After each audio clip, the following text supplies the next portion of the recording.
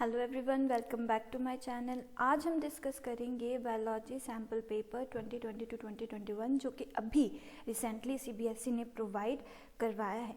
हम इसी sample paper को बेसिस लेकर चलेंगे आपके इस बार आने वाले बोर्ड एग्ज़ाम का और कंपैरिजन करेंगे आपके प्रीवियस ईयर के बायोलॉजी के बोर्ड एग्ज़ाम के साथ।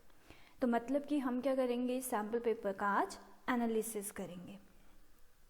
ये सैम्पल पेपर में काफ़ी चेंजेस आप देख सकते हो, इसमें बहुत सी चीज़ें ऐड अप हुई हैं और मुझे लगता है अब आपको और ज़्यादा हार्डवर्क करने की ज़रूरत है। और जब मैं आपका ये पूरा का पूरा सैम्पल पेपर का एनालिसिस करवाऊंगी तब आप देख सकते हो कि मैंने ऐसा क्यों कहा कि आपको हार्डवर्क करना होगा। हम पूरा सैम्पल पेपर के क्वेश्चंस को डीप स्टडी करेंगे, साथ साथ कंसेप्ट्स को भी उनके क्लियर करेंगे। तो चलिए वीडियो को स्टार्ट करते हैं। First we will compare the previous board exam and the sample paper given by CBSE. Last year के बोर्ड एग्जाम में हमें 5 सेक्शन दिए गए, section A, B, C, D and E. लेकिन इस बार के बोर्ड एग्जाम में हमें कितने सेक्शंस आएंगे? Section A, B, C and D, यानी कि 4 सेक्शंस आएंगे हमें इस बार।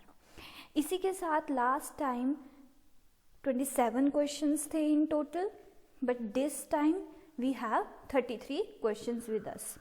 सेक्शन ए की अगर बात करें तो बोर्ड एग्जाम 2020 में आपको 5 क्वेश्चंस आए थे, क्वेश्चन नंबर 1 से लेके क्वेश्चन नंबर 5 तक, और सारे के सारे कैसे थे?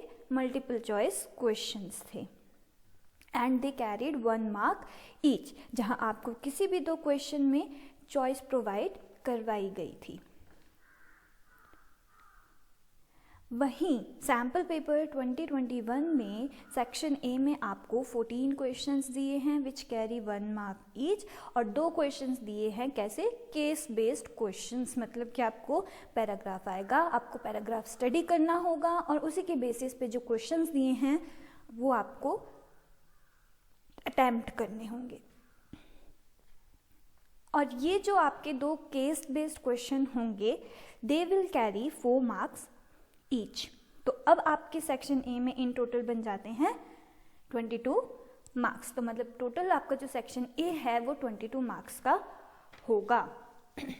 सेक्शन ए में चॉइस दी है सैम्पल पेपर की अगर मैं बात करूं, लेकिन ये क्लियर नहीं किया है कि यही पैटर्न जो होगा आपको चॉइसेस देने का वो बोर्ड में फॉलो होगा।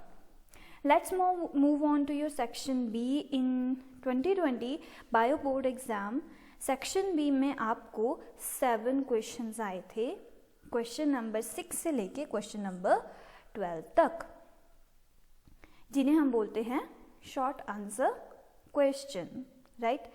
वहीं सैम्पल पेपर 2021 में सेक्शन बी में आपको 9 क्वेश्चंस हैं, right, and all questions will carry 2 marks each. तो आपका सेक्शन बी जो होता है वो आपका बन जाता है 18 मार्क्स का। Moving towards section C. Section C board exam 2020 में सेक्शन सी में total questions 9 questions were given and all of them carried 3 marks each। और 2 क्वेश्चंस में आपको चॉइस दी गई थी। हम बोर्ड एग्जाम की बात कर रहे हैं आपके 2020 की। 2 क्वेश्चंस में आपको चॉइस दी गई थी सेक्शन सी और सेक्शन डी को मिला के, क्योंकि दोनों सेक्शंस आपके 3 मार्क्स के होते हैं। वहीं पर अगर मैं सैम्पल पेपर की बात करूं तो सेक्शन सी आपको मिलेंगे 5 क्वेश्चंस ऑफ 3 मार्क्स ईच। तो ये आपका टोटल बन जाता है 15 मार्क्स का। सेक्शन डी की अगर मैं बात करूँ, in your board exam 2020 section D में आपको कितने क्वेश्चंस आए थे? सेक्शन डी में आपको 3 क्वेश्चंस आए थे and all questions were of 3 marks each, मतलब सारे के सारे क्वेश्चन 3-3 मार्क्स के थे। लेकिन यहाँ सैम्पल पेपर में आप जनरल इंस्ट्रक्शन में देख सकते हो कि सेक्शन डी में आपको 3 क्वेश्चंस आए हैं and all of them will carry 5 marks each. तो ये सेक्शन भी आपका हो जाता है कितने मार्क्स का? 15 मार्क्स का, और इन टोटल आपको मिल जाते हैं 70 मार्क्स। तो ये था हमारा comparison between your previous year question paper and your this sample paper, या फिर हम कह सकते हैं कि जो आपका पैटर्न होगा बोर्ड एग्जाम का इस बार का बायोलॉजी का वो ये होगा। Let's talk about the analysis now. हम सेक्शन ए से स्टार्ट करते हैं।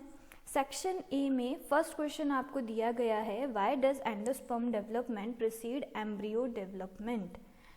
कहा गया है कि एंडोस्पर्म डेवलपमेंट, एंडोस्पर्म की जो डेवलपमेंट होती है वो एम्ब्रियो डेवलपमेंट के बाद क्यों होती है? क्योंकि एंडोस्पर्म में न्यूट्रिशनस सब्सटेंसेस होते हैं जो कि एम्ब्रियो के डेवलपमेंट के लिए ज़रूरी होते हैं। एम्ब्रियो में क्या होता है बच्चों? एम्ब्रियो में होता है हमारा फ्यूचर प्लांट, जिसकी वजह से हमारा फ्यूचर प्लांट बढ़ेगा या होगा। फ्यूचर प्लांट को अगर ग्रोथ करनी है अच्छे से तो उसे क्या चाहिए? उसे चाहिए न्यूट्रिशन। न्यूट्रिशन चाहिए होता है उसे डेवलपमेंट के लिए, और वो डेवलपमेंट या फिर वो न्यूट्रिशन कहाँ से आता है? एंडोस्पर्म से। Moving towards next question, question number 2, how many meiotic divisions are required to produce 76 seeds in a guava fruit? कितनी meiotic divisions चाहिए 76 seeds बनाने के लिए किसी गुआवा फ्रूट में? तो सबसे पहले मियोसिस का आपको पता होना चाहिए। मियोसिस एक ऐसी सेल डिवीजन है जहाँ पे क्रोमोसोम का नंबर जो है वो हाफ हो जाता है in the daughter cell as comparison to the parent cell, और एट लास्ट हमें 4 डॉटर सेल मिलती हैं। ठीक है, ये होती है मियोसिस। तो अगर हम बात कर रहे हैं 76 सीड्स के लिए, देखो सीड्स कब बनेंगे? Whenever there will be fusion between the male and female gamete. तो मेल गैमेट क्या हो जाता है प्लांट के केस में? पॉलन ग्रेन्स, और फीमेल गैमेट क्या हो जाता है प्लांट के केस में? Egg, right. तो हमें पता है कि जो हमारे पॉलन ग्रेन्स हैं, ठीक है, सीड्स अगर 76 चाहिए तो पॉलन ग्रेन्स भी 76 चाहिए। 76 पॉलन ग्रेन्स कैसे बनेंगे? पॉलन ग्रेन्स कैसे बनते हैं? जब आप लोगों ने sexual reproduction in flowering plants पढ़ा होगा तो पॉलन ग्रेन्स की प्रोडक्शन होती है from your sporogenous tissue. Sporogenous tissue जो होता है एंथर के अंदर, उसके सेल्स से पॉलन ग्रेन्स की प्रोडक्शन होती है, और एक स्पोरोजिनस सेल जो होता है that is capable of making 4 pollen grains. एक सेल से 4 पॉलन ग्रेन्स बन सकते हैं।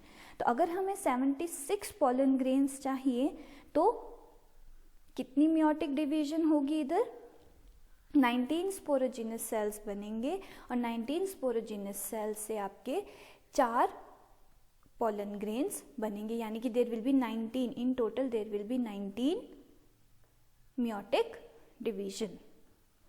Talking about your egg, egg को अगर हमें 76 चाहिए तो हमें एग भी 76 चाहिए। ठीक है, 76 सीड्स के लिए 76 एग्स आर रिक्वायर्ड। 76 एग्स। अब एग्स कैसे बनते हैं? जैसे आपके पॉलन ग्रेन्स स्पोरोजिनस टिश्यू से बनते हैं, एग्स आपके बनते हैं फ्रॉम मेगास्पोर मदर सेल, और we can say megaspore. Megaspore mother cell further आपके डिवीजन करता है टू योर मेगास्पोर। मेगास्पोर हमें 76 ही लगेंगे, 76 मेगास्पोर लगेंगे, मतलब कि 76 बार मेगास्पोर मदर सेल को मियोटिक डिवीजन के थ्रू जाना होगा। तो इन टोटल हमारे पास हो जाता है 95 मियोटिक डिवीजन्स, राइट। अब आप बोलोगे कि मियोसिस में तो लिखा है 4 डॉटर सेल बनते हैं, तो फिर यहाँ पे कैसे हमारे पास 76 मेगास्पोर बन गए? देखो बच्चों, जब मेगास्पोर मदर सेल से मेगास्पोर बनते हैं, ठीक है, तो 4 ही बनते हैं, लेकिन उनमें से 3 क्या होते हैं? डीजेनरेट हो जाते हैं, खराब हो जाते हैं, और सिर्फ एक ही एग में डेवलप होता है। तो हमें क्या चाहिए होंगे? 76 मेगास्पोर्स चाहिए ही चाहिए होंगे। 76 मेगास्पोर्स कब बनेंगे? जब 76 बार megaspore mother cell will undergo meiotic division. तो हमारे पास आ जाएगी 95 meiotic divisions. Let's move on to your next question, that is how does pollination take place in water hyacinth and water lily.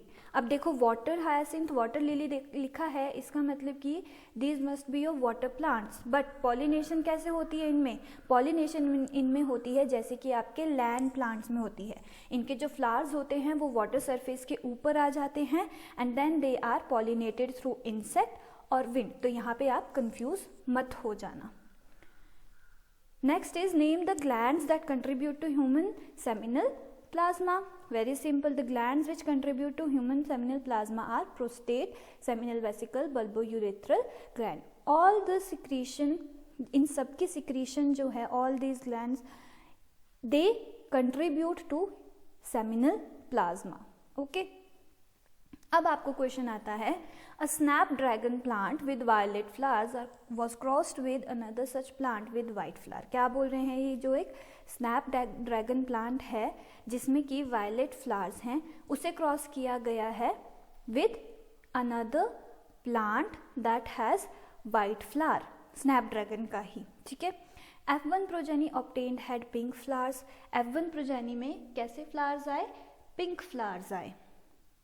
अब हमें क्या बताना है कि हमें इसका इनहेरिटेंस पैटर्न बताना है कि कौन सा इनहेरिटेंस पैटर्न यहाँ पे आपका फ्लावर जो है वो फॉलो कर रहा है। So answer to this question is it is incomplete dominance, जहाँ पे जब दो आपके जो जीन्स हैं उनमें से कोई एक डोमिनेंट नहीं होता है या पूरी तरीके से दूसरे को सप्रेस नहीं कर पाता है, ठीक है। तो क्या होता है, एक इंटरमीडिएट फिजिकल कैरेक्टर फिनोटाइप हमें देखने को मिलता है। जैसे कि इस केस में हमें इस फ्लावर में पिंक फ्लावर देखने को मिले हैं, जबकि हम यहाँ से देख सकते हैं कि violet should be dominant, but violet dominant नहीं है, एक इंटरमीडिएट फिनोटाइप ऑब्टेन्ड हो गया। So this is your incomplete dominance. Next we have differentiate between aneuploidy and polyploidy.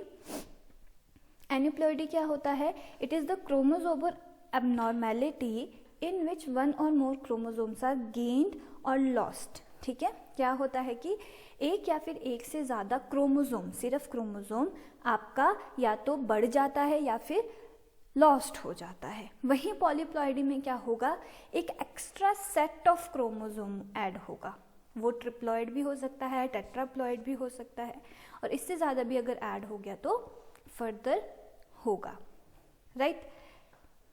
Next question we have with us, question number 7, predict the effect if the codon UAU, coding for an amino acid at the 25th position of a polypeptide of 50 amino acid is mutated to UAA। क्या बोल रहे हैं ये कि हमें ये बताना है कि अगर 50 अमाइनो एसिड्स बनाने वाले जो आपके कोडोन हैं उनमें से 25th पोजीशन पे UAU की जगह UAA आ जाता है तो क्या होगा, उसका इफेक्ट क्या होगा, ठीक है। आपको पता है अमाइनो एसिड्स आपके इन्हीं कोडोन की वजह से फॉर्म होते हैं, आपने ट्रांसक्रिप्शन में पढ़ा ही होगा, ट्रांसलेशन में पढ़ा होगा। तो अगर UAU म्यूटेट हो जाता है into UAA eight 25th position तो क्या होगा, we know that UAA is a stop codon. तो वहीं पर ये जो प्रोसेस है 50 अमाइनो एसिड्स बनाने वाली वो बंद हो जाएगी and we will get only 24 amino acid chain, right. Moving towards question number 8, differentiate between proinsulin and mature insulin. Very easy. Proinsulin में एक extra C peptide chain present रहती है जो कि आपके मैच्योर इंसुलिन में नहीं होती। प्रो इंसुलिन में ए चेन होगी, सी चेन होगी और बी चेन होगी। सी चेन ए और बी चेन के बीच में होती है, राइट। वहीं मैच्योर इंसुलिन में सिर्फ ए और बी चेन होती है which are bonded with disulphide bond. इसके अलावा आप ये भी लिख सकते हो कि आपका जो प्रो इंसुलिन है वो एक प्रिकर्सर है, एक स्टार्टअप है for the formation of the hormone that is your insulin, active insulin. Question number 9, name the commonly used vector for cloning genes into higher organism. Answers are retrovirus, adenovirus, papillomavirus, cauliflower virus, tobacco mosaic virus। तो इन सब को हम लोग as a vector use कर सकते हैं। Last, which of the three forest, temperate, mangroves and tropical evergreen is more vulnerable to invasion of outside animals or plants? क्या पूछ रहा है कि इन तीनों में से कौन सा ऐसा फॉरेस्ट होगा जिससे कि चांसेस हैं कि बाहर के एनिमल्स और प्लांट्स इन्वेड हो सके? टेम्परेट है, मैनग्रोव्स है या फिर ट्रॉपिकल एवरग्रीन है? It is also simple, it will be tropical evergreen, क्योंकि वहाँ का जो एनवायरनमेंट रहता है वो सबसे ज़्यादा सुटेबल रहता है for the organisms to survive. Let's move on to your question number 11 which is of assertion and reason type. assertion और reason क्या होता है? assertion होता है कि आपको एक statement दे दी गई है और reason होता है कि उस statement का reason क्या होगा, यानी कि उस fact का जो कि assertion में लिखा है उसका reason. तो आपको बताना होता है कि क्या assertion true है, reason true है और क्या reason उस assertion की correct explanation है या नहीं. फर्स्ट आपको दिया है कि primary transcript in eukaryotes are non functional और इसका रीजन दिया है methyl guanosine triphosphate is attached to 5 prime end of HNRNA. Primary transcript क्या होता है हमारा? इमेच्योर mRNA या फिर HNRNA. ठीक है, सबसे पहले तो आपको ये पता होना चाहिए. ठीक है, ट्रांसक्रिप्शन की प्रोसेस में जो पहला प्रोडक्ट यूकैरियोट्स में बनता है वो बनता है आपका इमेच्योर mRNA या फिर HNRNA. तो ये बोल रहे हैं कि प्राइमरी ट्रांसक्रिप्ट आपका नॉन फंक्शनल होता है. यस, दिस इज ट्रू, ये नॉन फंक्शनल होता है. इसका रीजन क्या दिया है कि क्योंकि मिथाइल गुआनोसिन ट्राइफॉस्फेट अटैच हो जाता है 5 प्राइम एंड पे ऑफ mRNA. इसका रीज़न ये नहीं है, इसका रीज़न ये है कि mRNA में इंट्रॉन्स प्रेजेंट होते हैं जो कि आपकी प्रोटीन की फॉर्मेशन में काम नहीं आते, इसलिए वो नॉन फंक्शनल होता है और इन इंट्रॉन्स को रिमूव कर दिया जाता है by the process of splicing. ठीक है, तो ये जो रीज़न है कि methyl guanosine triphosphate is attach to 5 prime end, ये रीज़न भी सही है, ये स्टेटमेंट सही है. Methyl guanosine triphosphate 5 prime end पे अटैच होता है, इस प्रोसेस को हम लोग बोलते हैं कैपिंग, राइट. लेकिन ये रीज़न असर्शन का करेक्ट एक्सप्लेनेशन नहीं है. असर्शन के पीछे का रीज़न कुछ और है, वो है कि presence of introns, right. So the answer to this question will be both assertion and reason are true, but reason is not the correct explanation of the assertion. Next आपको ऑप्शन में ही एक और दिया है, अब आप इन दोनों में से कोई एक अटैम्प्ट कर सकते हो. नेक्स्ट आपको दिया है कि an organism with lethal mutation may not even develop beyond the zygote stage. All types of gene mutations are lethal. ये इसका रीज़न है कि कोई भी ऑर्गेनिज्म अगर किसी में लीथल म्यूटेशन हो जाती है तो वो जाइगोट स्टेज से आगे नहीं जा सकता, क्योंकि सारी की सारी जीन म्यूटेशंस लीथल होती हैं. So the answer to this question is assertion और रीज़न दोनों ट्रू हैं, लेकिन दोबारा से रीज़न इसका करेक्ट एक्सप्लेनेशन नहीं है. कोई अगर लीथल म्यूटेशन हो रही है किसी ऑर्गेनिज्म में तो क्या होगा कि वो हो सकता है जाइगोट स्टेज से आगे ना जाए. ठीक है, और ये भी होता है कि मैक्सिमम ज़्यादातर आपकी जो म्यूटेशंस होती हैं वो लीथल ही होती हैं, लेकिन इसके पीछे का रीज़न ये नहीं हम दे सकते. लीथल होगी एक स्टेज के बाद, वो म्यूटेशन लीथल हो सकती है, may be organism zygote stage से आगे जाके, ठीक है, आगे जाके फिर किसी एक स्टेज में उसकी डेथ हो जाए because of that gene mutation. Next we have is question number 12 which is again assertion reason and question number 13 which is again assertion and reason.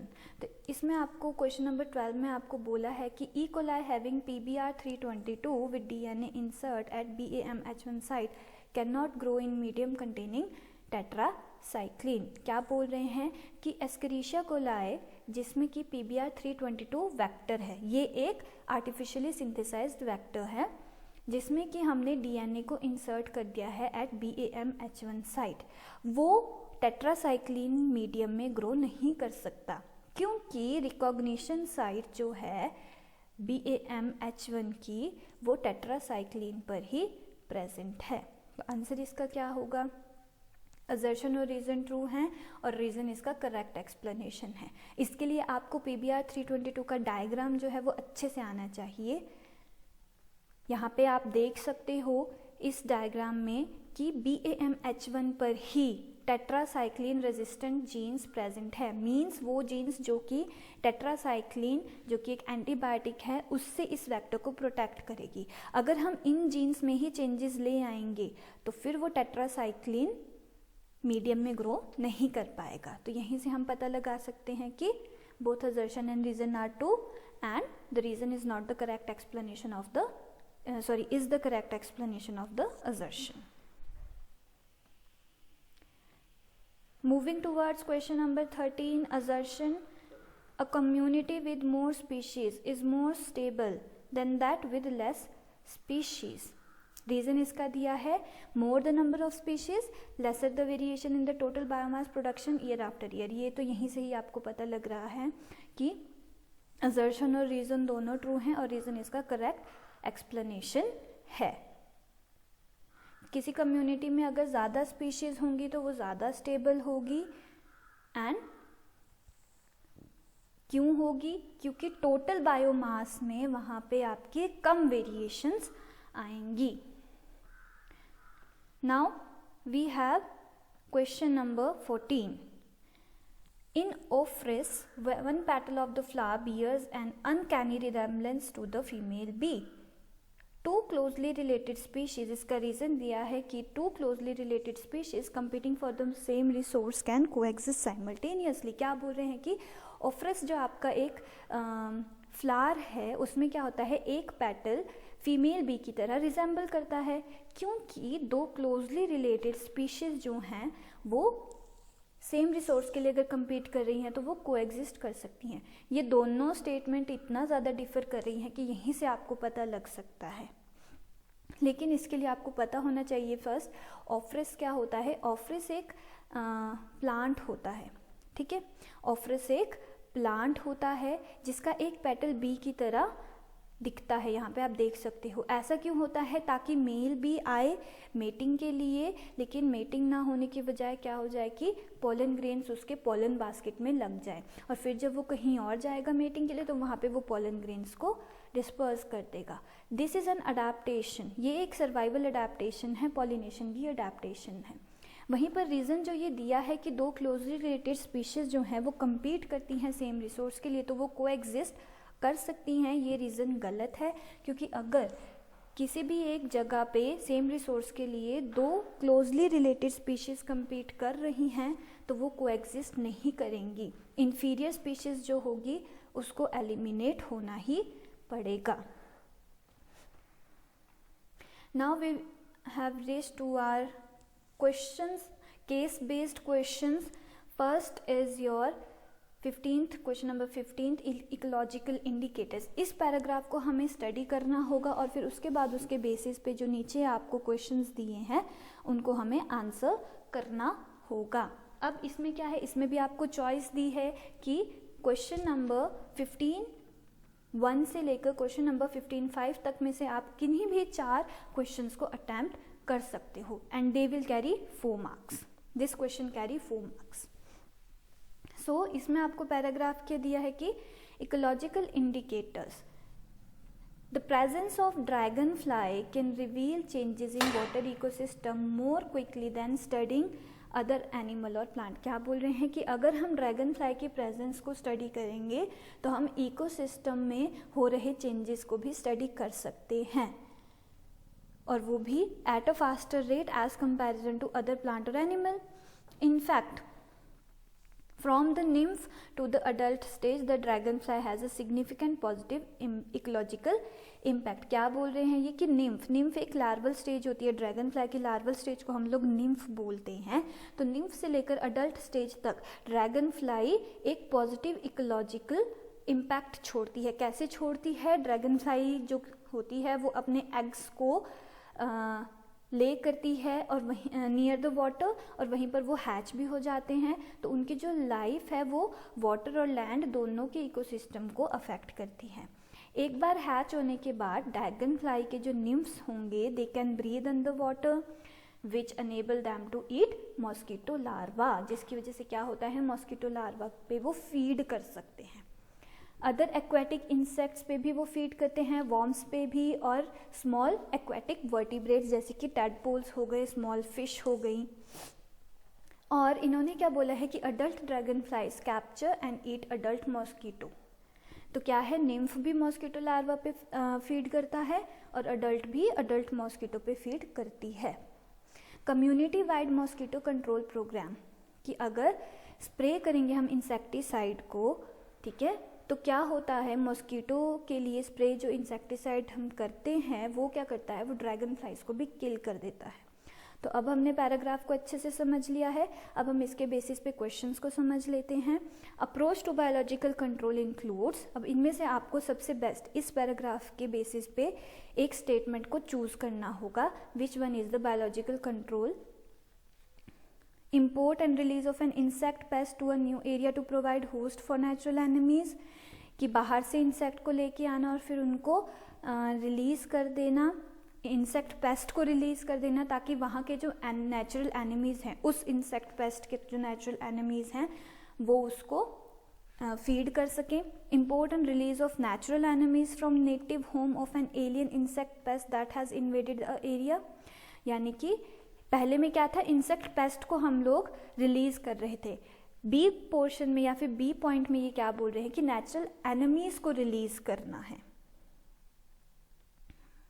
सी है preservation of natural enemies that are already established in an area, and D है use of insecticides to reduce alien insect pest to establish new equilibrium position. The answer to this question is C. Preservation of natural enemies, predators and parasitoids that are already present in the area. Rather than बाहर से natural enemies को लाना, it is better कि वहीं पे जो natural enemies हैं, mosquito के, फ्लाइज के, उनको हम लोग प्रिजर्व कर सके। Next is two diseases less likely to occur in a region with plenty of dragonflies, जहाँ पे ज़्यादातर dragonflies होंगी। कौन से ऐसे दो diseases होंगे जो कि बहुत कम आपके वहाँ पे spread होंगे? Answer to this question is B, malaria and yellow fever, क्योंकि ये दोनों के दोनों मॉस्किटो ही इनका वेक्टर है, मॉस्किटो से ही ये स्प्रेड होते हैं। ठीक है, now third question we have here is dragonflies indicate positive ecological impact। हमने पढ़ा था कैसे वो positive ecological impact करता है। Answer to this question is they help to decrease probability of diseases spread by mosquito, horsefly and deer flies। तो ये आपको क्या करना है, आपको पैराग्राफ में से कोई एक बेस्ट स्टेटमेंट को यहाँ पे चूज करनी है जो कि आपने पैराग्राफ को स्टडी करके आपको समझ में आती हो। Next we have the most effective stage in the life cycle of dragonfly that eradicate mosquitoes are very easy, nymph and adult। अब आपको जो फिफ्थ क्वेश्चन इसमें दिया है वो है असर्शन और रीजन का।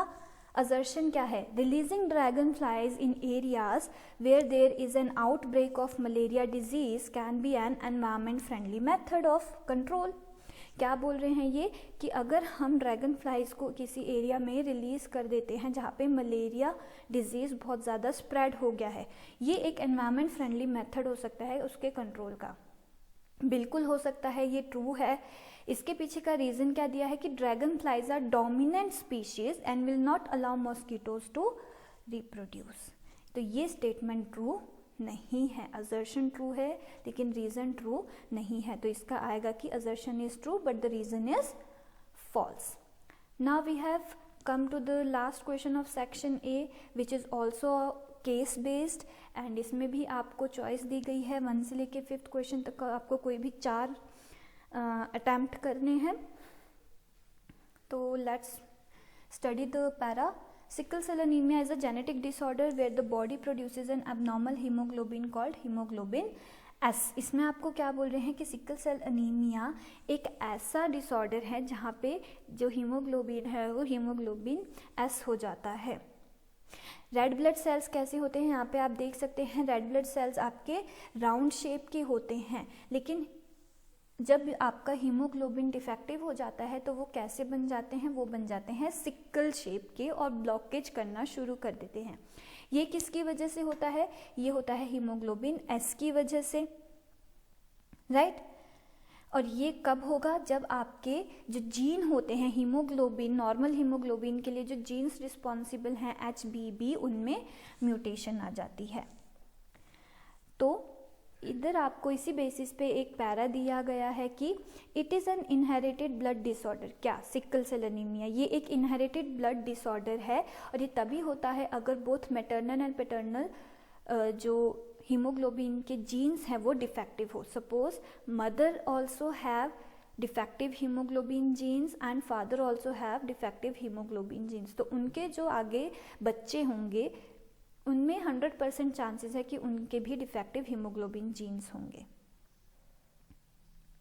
और दूसरे वर्ड्स में हम क्या कह सकते हैं, if an individual receives just 1 copy of defective gene either mother और फ्रॉम द फादर, कि अगर मदर आपकी डिफेक्टिव जीन, उसके पास डिफेक्टिव जीन है और फादर आपके कैसे हैं, वो नॉर्मल हैं, तो चिल्ड्रन में क्या होगा, they will receive a sickle cell trait, they will not be affected, right.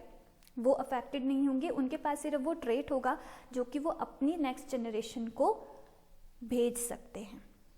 और आपको यहाँ पे 3 सिनेरियो दिए गए हैं कि कैसे सिकल सेल अनीमिया हो सकता है, या तो both parents have sickle cell trait, ये मैंने आपको बता दिया, या फिर one parent have sickle cell anaemia and other has sickle cell trait, यानी कि एक पेरेंट के पास सिकल सेल अनीमिया हो और दूसरे के पास सिकल सेल ट्रेट होना चाहिए, right. Both parents have sickle cell anaemia, दोनों के पास सिकल सेल अनीमिया हो। नाउ ऑन दिस पैरा हमें क्वेश्चंस दिए गए हैं। फर्स्ट क्वेश्चन है आपका कि सिकल सेल अनीमिया इज और an which disease, it is an autosomal recessive disease. Next आपको दिया है both parents have sickle cell trait, then there is 25% of risk कि उसके चाइल्ड को सिकल सेल अनीमिया होगा। ये कैसे होगा, ये आप इस ग्राफ से या फिर इस क्रॉस से आप देख सकते हो। क्या पूछा था, both parents have sickle cell trait, तो यहाँ पे both parents have sickle cell trait when there will be crossing between the genes, तो यहाँ पे आप देख सकते हो कि 25% रिस्क है उनके चाइल्ड को टू बी सिकल सेल से वो अफेक्टेड हो, उनको सिकल सेल अनीमिया हो।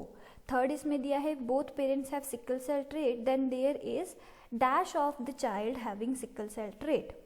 अगर दोनों के पास सिकल सेल ट्रेट है तो कितनी परसेंटेज होगी या कितना परसेंट रिस्क होगा चाइल्ड को सिकल सेल ट्रेट होने का, दैट इज 50%। वो भी इसी क्रॉस से आप क्लियरली देख सकते हो। Moving towards the fourth question, if one parent have sickle cell anaemia and other has sickle cell trait. क्या बोल रहे हैं कि अगर किसी सपोज मदर के पास सिकल सेल ट्रेट है और फादर के पास सिकल सेल अनीमिया के जीन्स हैं, there is dash that there children will have sickle cell anaemia, कितने परसेंट रिस्क है कि उनके चिल्ड्रन को सिकल सेल अनीमिया होगा और सिकल सेल ट्रेट होगा। तो वो हम कैसे पता लगा सकते हैं, वो हम दोबारा से क्रॉस करके पता लगा सकते हैं। तो यहाँ पे हमने क्रॉस किया है, यहाँ पे आप देख सकते हो देयर इज 50% चांस, 4 में से 2 आपके पास चांसेस ऐसे आए हैं that children have sickle cell anaemia और 2 चांसेस ऐसे आए हैं कि children have sickle cell trait. So the answer to this question is 50% risk for both the options. Last we have is again a graph given to you। उस graph को आपको study करना है, उस ग्राफ को स्टडी करके आपको question के आंसर जो हैं वो देने हैं। ग्राफ में आपको क्या दिया गया है, ग्राफ में आपको दिया गया है number of patient with sickle cell disease which are highly shaded, ठीक है। ये हैं आपके number of patients with sickle cell disease, और जो आपके प्लेन बार्स हैं उनमें क्या है, number of patients without sickle cell disease. तो इस ग्राफ को स्टडी करके हमें ये स्टेटमेंट्स दी गई हैं, हमने बतानी है कि कौन सी स्टेटमेंट जो है वो करेक्ट ऑप्शन है। फर्स्ट स्टेटमेंट क्या है, patient with sickle cell disease are less likely to be infected with malaria. Next है patients with sickle cell disease are more likely to be infected with malaria. Over the years, the percentage of people infected with malaria has been decreasing. And last one is year 2000 saw the largest percentage difference between malaria patients with and without sickle cell disease. ठीक है, तो ये 4 statement हमें दी है. अब हमें बतानी है only 1 is true, 1 and 4th are true, 3rd and 2nd are true और 1 and 3rd are true. So the answer to this question is 1 and 3rd are true. देखो ये तो फैक्ट है कि पेशेंट्स जिनको सिकल सेल डिजीज होता है वो बहुत कम इन्फेक्ट होते हैं मलेरिया से, राइट क्योंकि मलेरिया जो है वो एट लास्ट आरबीसीज को इन्फेक्ट करता है. उसे आरबीसीज चाहिए होते हैं टू रिप्रोड्यूस, बट जब आरबीसीज ही सिकल सेल के हो जाएंगे तो फिर वो कैसे इन्फेक्ट करेगा आरबीसीज को, राइट. उसके बाद थर्ड स्टेटमेंट क्या थी, over the years the percentage of people infected with malaria has been decreasing. ये आप यहीं इसी ग्राफ से देख सकते हो. सो द बेस्ट और correct alternative is 1st and 3. Second तो बिल्कुल ही गलत हो जाता है, ठीक है, तो सी ऑप्शन को हम एलिमिनेट कर देंगे यहाँ से. 3rd and 2nd are true, right. अब हमारे पास बचती है B, 1 and 4th are true. 4th क्या है, year 2000 saw the largest percentage difference between malaria patients with and without sickle cell disease. ऐसा नहीं है, अगर बाकी के भी हम लोग ग्राफ को कंपेयर करेंगे विद एंड विदाउट तो बाकियों में भी काफ़ी ज़्यादा परसेंटेज डिफरेंस हम देख सकते हैं. So this was all for today. और अब आपने देखा है कि कितने चेंजेस आए हैं आपके सेक्शन ए में ही, इसीलिए मैंने आपको कहा था कि अब आपको ज़्यादा हार्ड वर्क करने की ज़रूरत है, क्योंकि अब आपको क्या करना होगा, डीप स्टडी करना होगा. पहले क्या होता था, 5 पूरे एमसीक्यू आते थे, तो 5 एमसीक्यू में चलो कोई बात नहीं. अब क्या है, आपको 1-1 मार्क्स के असर्शन रीजन भी हैं, केस बेस्ड भी है और एमसीक्यू भी हो सकते हैं या होंगे, राइट. तो अब आपको ज़्यादा स्टडी करनी है. And now prepare for your exam hard. Next video में हम लोग कैरी करेंगे बाकी के सेक्शंस.